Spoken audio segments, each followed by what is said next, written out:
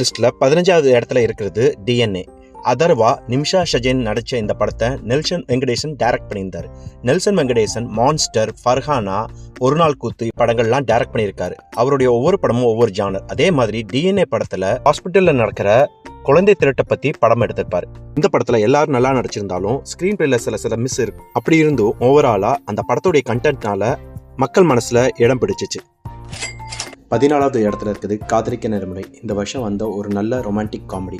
இந்த படத்தில் artificial pregnancy, living together மாதிரி டாபிக்ஸ்லாம் டீல் பண்ணியிருப்பாங்க. மக்கள் மத்தியில் அதிகமாக ரீச் ஆகாமல் போனதுக்கு அதுவும் ஒரு காரணமாக இருக்கலாம். ப்ளஸ் ஸ்லோவான ஸ்க்ரீன் பிளே இருக்கும். நித்யா மேனனோட ஆக்டிங்கும் ஜெயம் ரவியோட ஸ்க்ரீன் ப்ரெசன்ஸும் நித்யா மேனனோட பையனாக நடித்தவனோட நடிப்பும் இந்த படத்தில் ரொம்பவே நல்லாயிருக்கும்.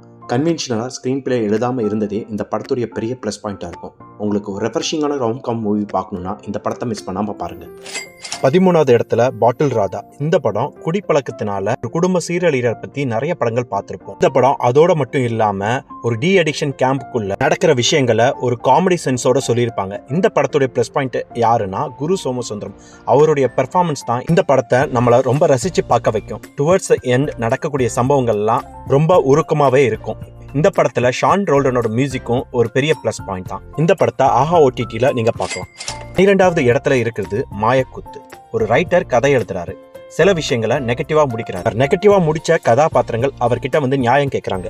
அந்த கதாபாத்திரங்கள் அவர்கிட்ட வந்து நியாயம் கேட்டாலும் இது என்னுடைய கதை, என்னுடைய விருப்பப்படி தான் நான் எழுத முடியும்னு சொல்லி ஸ்டபானா இருக்கிறாரு. அவர் கடைசி வரைக்கும் ஸ்டபானா இருந்தாரா மாறினாராங்கிறதா இந்த படத்துடைய மெயின் தீம். இந்த படத்துடைய பிளஸ் பாயிண்ட் இந்த படத்துடைய கதையே.